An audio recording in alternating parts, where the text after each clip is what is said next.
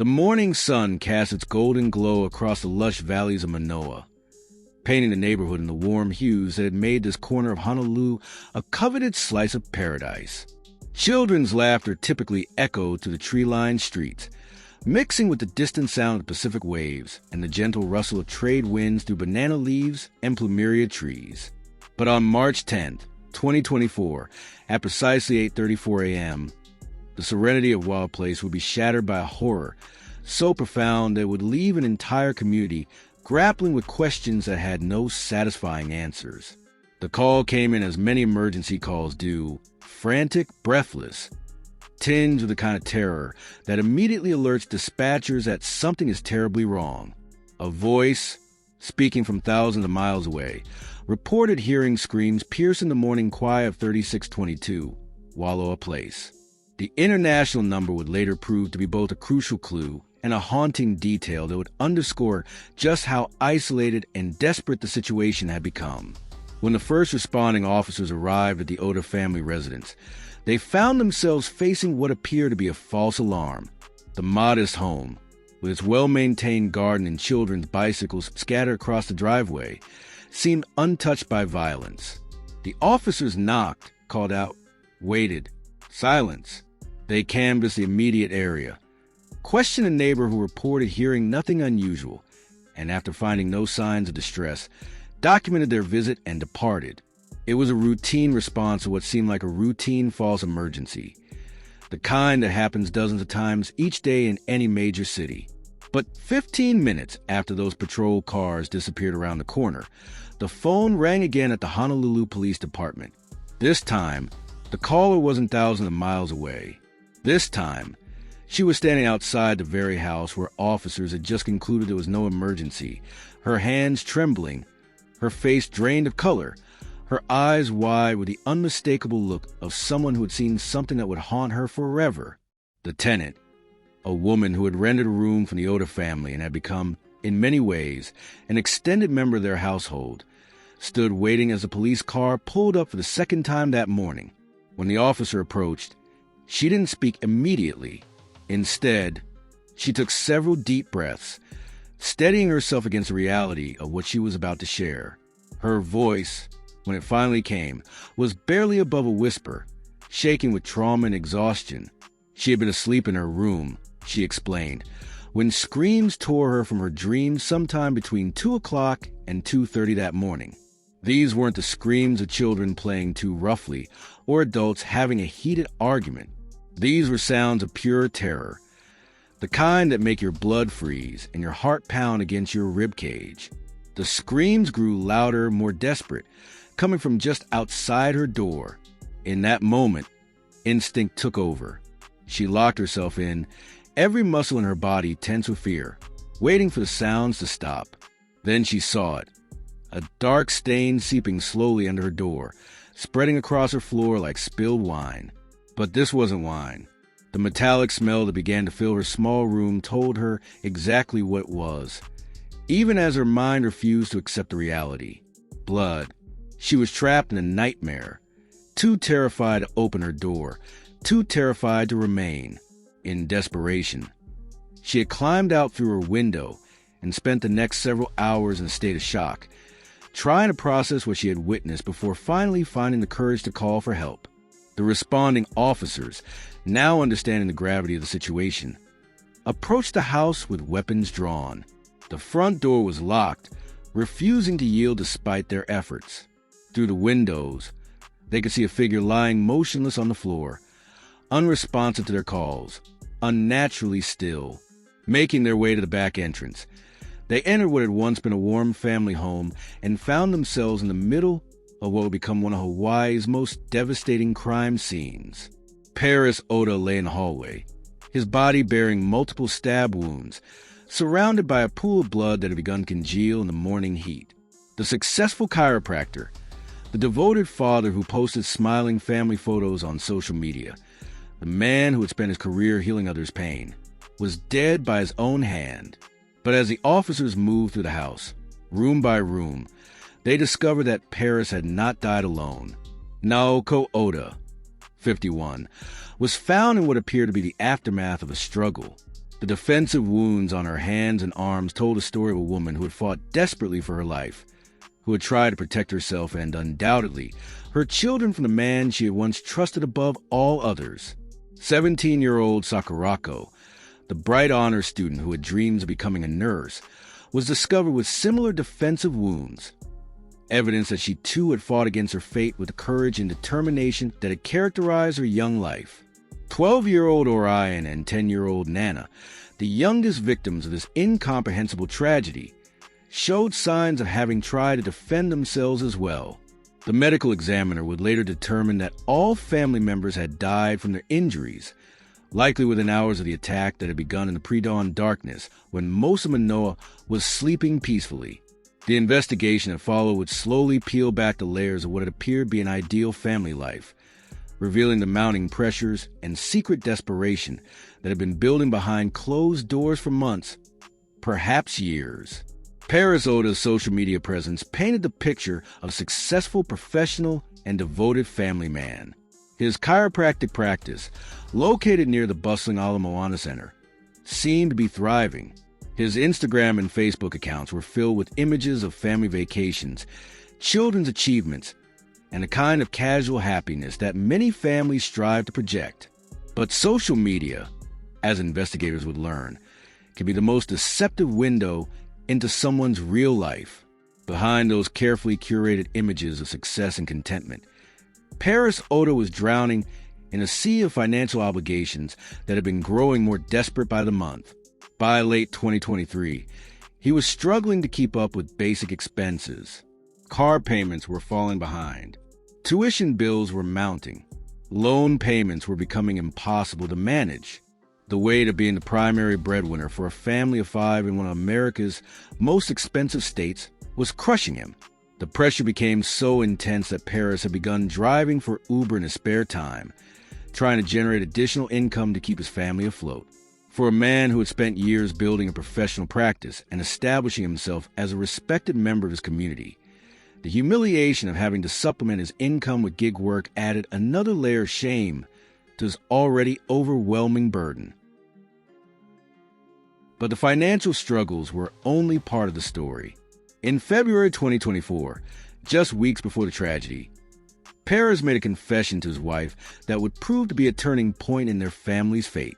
He admitted that he hadn't paid taxes in years, a revelation that carried not just financial implications, but legal ones that could result in criminal charges, asset seizure, and potentially prison time. For a man who had built his identity around being a provider and protector, the prospect of being labeled a criminal and potentially in prison was unbearable. It was around this time that Paris began to express thoughts that should have served as urgent warning signs to anyone who heard them. He confided in family members that he would rather die than face the shame of going to prison for tax evasion. But his thoughts went even darker than simple suicide. He spoke of wanting to kill his family and burn down their house, eliminating not just himself, but everyone and everything connected to his perceived failures. The text messages that investigators would later uncover between Paris and Naoko revealed the extent to which these dark thoughts had taken hold. In February, Paris sent his wife a message about needing a plan to do it, referring to a murder-suicide pact that he believed was their only option. He expressed his conviction that no one else could care for their children as well as he and Naoko could, and therefore, if they were gone, the children should be gone too. It was a twisted logic born of desperation and mental illness, but it was logic that had taken firm root in Paris's deteriorating mental state. Naoko, according to those who knew her, tried to maintain hope and find alternatives. She suggested they could start fresh in Japan, where her parents lived, where they could rebuild their lives away from the mounting pressures they faced in Hawaii. But Paris was beyond reason at this point. The shame, the fear, the sense of having failed his family had consumed him so completely that he could no longer see any path forward that didn't end in death. In March, as tax season approached and his financial situation became even more desperate, Paris took steps that revealed just how far his planning had progressed. He reached out to someone with a request for a gun, a request that, fortunately, went unanswered when that avenue failed. He would ultimately turn to a kitchen knife to carry out the horrific plan that had been forming in his mind for weeks. The man who would commit this unspeakable act had not always been consumed by such darkness. Paris Oda had grown up on the beautiful island of Kauai, where his mother, Annette Oda, still lived. As a teenager in 1997, he had a minor brush with the law, a trespassing charge that was ultimately expunged from his record after he stayed out of trouble. It seemed at the time like a typical teenage mistake that he had learned from and moved past. After completing his education and training as a chiropractor, Paris had built what appeared to be a successful practice. His patients trusted him completely. Martha Randolph, a former patient who spoke to reporters after the tragedy, expressed her shock at learning what Paris had done. She described him as someone she had trusted completely with her physical well-being, someone who had never given any indication of the darkness that was growing inside him. The revelation that this seemingly gentle healer was capable of such violence left her and other patients questioning their ability to judge character and wondering how well we can ever really know another person. The Oda children, Sakurako, Orion, and Nana, were by all accounts typical kids with bright futures ahead of them. Sakurako, the eldest at 17, was an honors student at the prestigious Iolani School. She had dreams of becoming a nurse, following a path of service and care that seemed to run in the family. She was also passionate about cooking and had inherited her mother's love of athletics. In 2019, she and Naoko had run the Paleo Marathon together, finishing just 3 places apart, a testament to both their shared determination and the close bond between mother and daughter.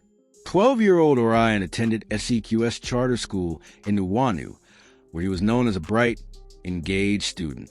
10-year-old Nana, the youngest, was a student at Manoa Elementary School and a passionate soccer player.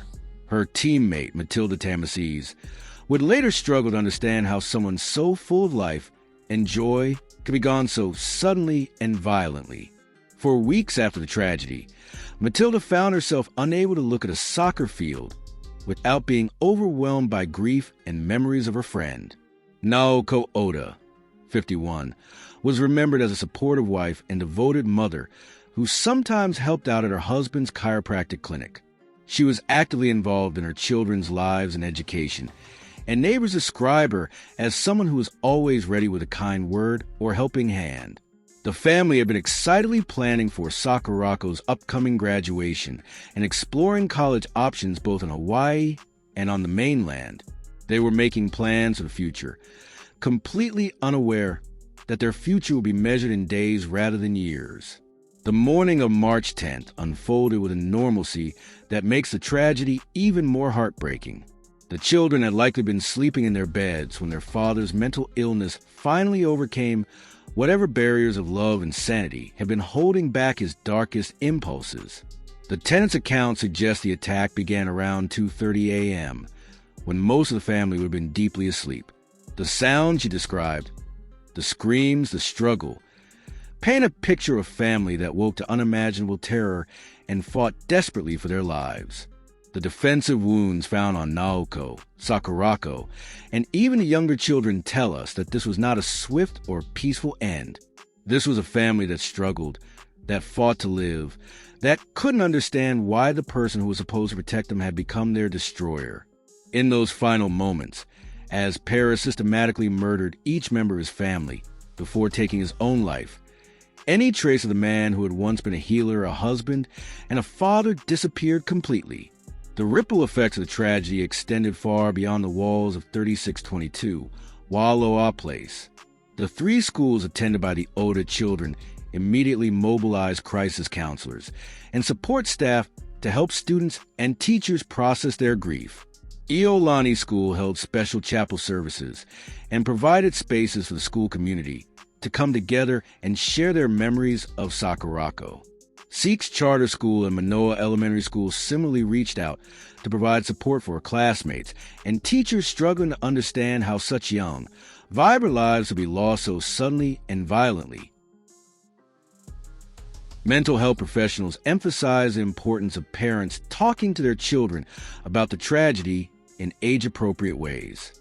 Younger children, they noted, might fear that if a parent could hurt their own children, they too might be in danger. Older children and teenagers would likely struggle with more complex questions about mental illness, family dynamics, and how someone they might have known as a normal person could commit such acts. On a Tuesday evening, more than 2 weeks after murders, hundreds of people gathered at the Waikiki Shell for a vigil honoring the 3 older children. The community came together to share memories, offer support to one another, and try to make sense of a senseless tragedy. The gathering was emotional, with tears and embraces, and stories shared about the impact that Sakurako, Orion, and Nana had made on the lives of those around them in their brief time on Earth. A GoFundMe campaign was established by Taurus Manzano, Paris Oda's eldest daughter from a previous relationship, and her mother Annalyn.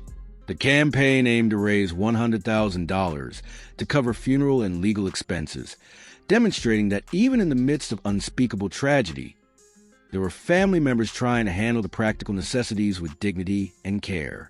The case was classified as the second deadliest family murder in Honolulu in 25 years, a statistic that provides some context for just how rare and shocking such events are, even in a world where violence sometimes seems commonplace. Lieutenant Dina Thoems of the Honolulu Police Department, who briefed reporters on the case, emphasized that their investigation had revealed a man under tremendous financial and emotional pressure who had been planning this tragedy for weeks, if not months. The international phone call that first alerted police to the screams at the Oda residence remains one of the most haunting details of the case. The fact that the tenant had a call from overseas, possibly using an internet-based phone service, speaks to both the isolation she felt and the desperation of the situation. That initial failure of the police system to call back the overseas number represents one of those small technological limitations that, in this case, may have contributed to a delay in discovering the crime scene. When we examine cases like the Oda family tragedy, we're forced to confront uncomfortable truths about mental illness, financial pressure, and the hidden struggles that can exist behind even the most seemingly perfect facades. Paris Oda's social media presence, his professional success, and his reputation in the community all painted a picture of a man who had his life together. His patients trusted him. His neighbors saw a normal family. His children were thriving in school and extracurricular activities. But behind this carefully maintained exterior, a perfect storm of circumstances was building. Financial pressure in an expensive state like Hawaii can be overwhelming even for successful professionals. The shame associated with tax problems and potential legal consequences can be devastating for someone whose identity is built around being responsible and successful. The isolation that comes with keeping such secrets from friends and family can make problems seem even more insurmountable than they actually are. Mental health professionals note that murder-suicide cases often involve individuals who have become so overwhelmed by their circumstances that they lose the ability to see alternatives or to distinguish between their own pain and the pain they might cause others. In Paris's case, his twisted logic that no one could care for his children as well as he could represents a complete break from reality, a reality where those children had loving extended family, friends, teachers, and a community that would have rallied around them if given the chance. The tragedy also highlights the importance of recognizing warning signs and taking them seriously. Paris had explicitly told family members that he would rather die than go to prison, and he had spoken about wanting to kill his family and burn down their house. These weren't vague expressions of frustration or metaphorical statements. They were literal descriptions of what he was planning to do. While it's impossible to know whether intervention might have changed the outcome, these statements represented clear cries for help that, in hindsight, might have been opportunities to prevent the tragedy. The international community of true crime followers and mental health advocates who have followed this case often ask what could have been done differently. Could financial counseling have helped Paris find a way out of his debt situation? Could mental health intervention have addressed the shame and desperation that were consuming him? Could family members or friends have recognized the severity of his condition and taken steps to protect the family? These questions don't have easy answers, but they're worth asking because they might help prevent similar tragedies in the future. Financial problems, no matter how severe, are ultimately solvable through legal means: bankruptcy, payment plans, debt consolidation, or simply starting over. Tax problems, even when they involve criminal liability, rarely result in lengthy prison sentences for first-time offenders, especially those who demonstrate an effort to make things right. The shame and fear that Paris felt were real, but they were not proportional to the actual consequences he was likely to face. The Oda family tragedy stands as a stark reminder that mental health crises can affect anyone, regardless of their professional success, financial status, or outward appearance of stability. It reminds us that the pressure to maintain a perfect facade can actually make problems worse by preventing people from seeking help when they need it most. And it underscores the importance of taking seriously any expressions of suicidal or homicidal ideation, no matter where they come from or how unlikely they might seem. In the quiet neighborhoods of Manoa, where the trade winds still rustle through the trees and children still play in yards filled with tropical flowers, the memory of the Oda family serves as both a tragedy and a warning. Their story reminds us that behind every perfect social media post, every successful professional practice, and every seemingly happy family, there may be struggles that we cannot see. It challenges us to be more aware of the people around us, more willing to offer help, and more prepared to take action when we encounter warning signs. The loss of Naoko, Sakurako Orion, and Nana Oda represents not just a family destroyed, but a community forever changed. Their deaths serve as a call to action for better mental health awareness, more accessible financial counseling, and stronger support systems for families in crisis.